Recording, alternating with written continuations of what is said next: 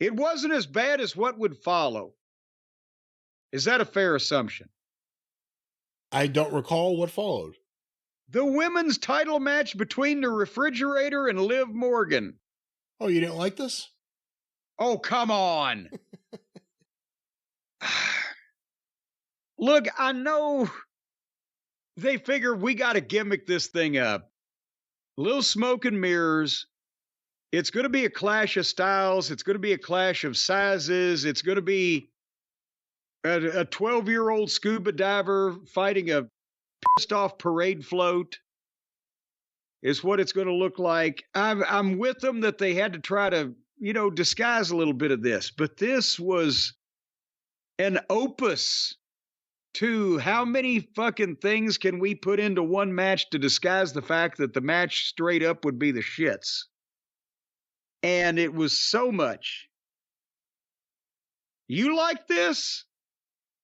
Oh, no. I thought. Oh, no. It wasn't really my. That's not nice. I'm not a big Nia Jax fan, and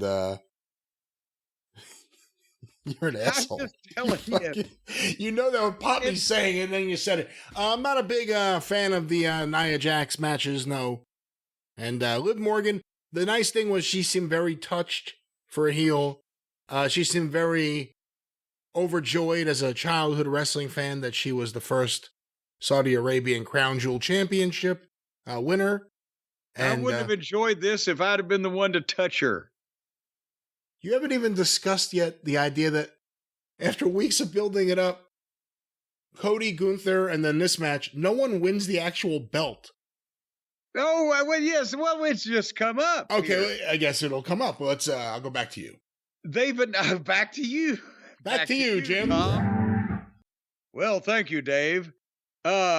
The fucking belts now, we are come to be told, the belts will stay in Saudi Arabia and be on display there, but the winner gets a nice ring he can wear around all year long, and then next year they're going to have another match for another belt that they don't get to fucking keep and take home. I wonder do you think Saudi Arabia made those things and they're fucking real? And they're really worth like a couple of $100,000 or whatever it might be, and they don't. And they pay for real security to carry them to all these tapings. We've been seeing like security guards carry it. Yes, I wondered if that's not a gimmick. when they showed the close up on this event, I was like, "Are those real jewels?" They really fooled me, so I don't know. Well, I mean, because again, well, I guess it's racist. Say Indian givers, and they're Arabs anyway. Don't have anything to do with India. Yeah, that whole sentence was wrong. Well, and that's why I didn't say it. But I'll tell you one thing, the people that win the belts ain't going to get to take the belts home.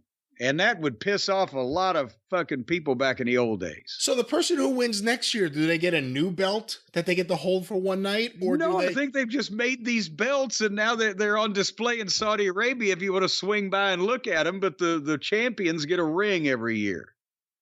So every year that you get to celebrate with the original belt, you hold it up in the air, you get your photos, and then you give it back. Yeah. And well, you get to hold it up in the air if Triple H is helping you because it's so fucking big. Liv couldn't pick it up by herself. Like, are they going to do this every year where the weeks leading up to Crown Jewel, there's just, these security guards carrying a large case of a championship, which they held longer than the champion? You are correct, sir. Yes, sir. Well, congratulations, Liv Morgan. It's good business for the guys in the suits that have the white gloves that carry the things around. But so the whole thing, and by the way, match number 4, they're picking up time. It started only an hour and 45 minutes into the show. But they had somewhat of what could be described as an attempt at a match, and then Liv got a sunset flip power bomb type of thing off the turnbuckle, and both of them were down. And here came Tiffy with her briefcase, and she was going to cash in. But as she's trying to give it to the referee, she turns around and realizes, oh, the refrigerator is up, and confronts her. And old Nia Jax backed Tiffy up all the way around the ring, and as they got to the complete other side, Nia was looking over her shoulder like, am I standing in the right place I'm supposed to be in? So she was obviously positioning herself. And then Liv runs and jumps out and kicks her and then goes for a dive, but the fridge nails her and tells Tiffy to get the fuck out of there. And Tiffy starts leaving. And the fridge gives Liv a stiff Samoan drop. And I mean a stiff one. And Liv rolled her up in a crucifix out of the stiff Samoan drop and got a 2 count. If it was real, Liv would have still been collecting her spleen. But now they were both selling, and Jax was selling the roll-up bigger than Liv was selling the Samoan drop, and Tiffy comes back down with the briefcase. And the refrigerator slams Liv, but Tiffy tries to cash in now. But there comes Rochelle, a.k.a. Rachel Rodriguez, or Raquel Rodriguez. Raquel Rodriguez. You keep saying Rachel. Or Raquel Welch. Well, she grabbed the case, and she and Tiffy had a tug of war with it. And then apparently, from what I can deduce and determine as a former industry professional with decades of experience, it seems to me that if I would have been calling the finish as I saw it happening, that Jax was supposed to reach over the top rope to grab a hold of Rodriguez to try to get her off of Tiffy, and then Rodriguez was going to snap Jax's head over the rope, right? And Jax would stagger back, and then Liv would come off the turnbuckle with her double knee move thingy. That's what I deduced that it was supposed to be, but instead, the fridge leaned under the top rope and reached over the second rope to grab Raquel. So when Raquel tried to snap her head over the rope, it wasn't over the rope. And there was, and so Jax just stood up and staggered back anyway. Did you see that spot? Oh, of course I saw that spot. Do you think I'm on the right track as to what I'm deducing that it should have been? What are you deducing? That it should have been over the top rope. I think so. She leaned under the top rope.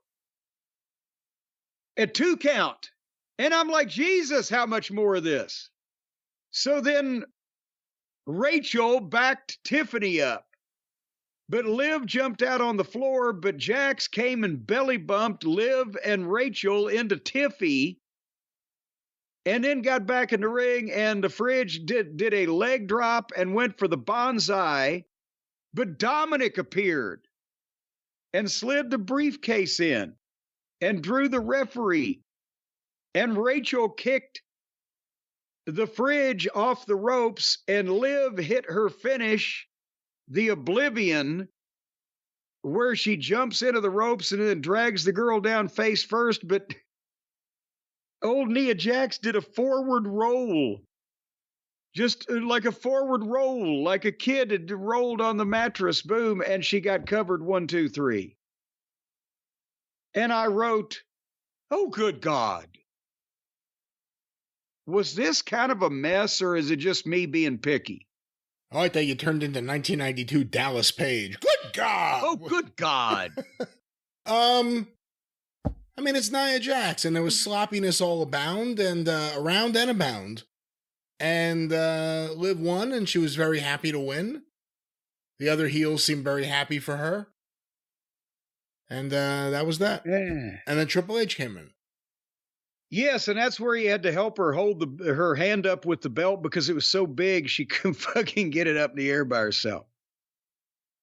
What do you think of Triple H having this role, the so public, I guess such a public role where not only is he the executive producer on the screen, but he now does like the Dana White thing where he's presenting people with belts. He's doing all the things. Not only did Vince never do that stuff, no WWE president ever did that stuff. I like it.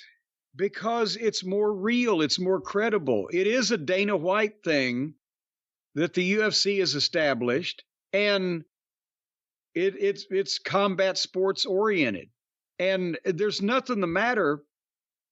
In the old days when nobody was supposed to know it was a work, then if the active wrestler or even retired wrestler who was kind of the booker in a territory coming out and doing that, especially if he'd been a heel or whatever, it may have given away too much. But since everybody knows now Triple H has been retired for a while, he's the son-in-law, they know his public role, I think it kind of makes it more legitimate in that respect, that it's more sports-like, and he's an ex-jock. He's moved into the commissionership or whatever the fuck. So I think this works, and everybody knows who he is.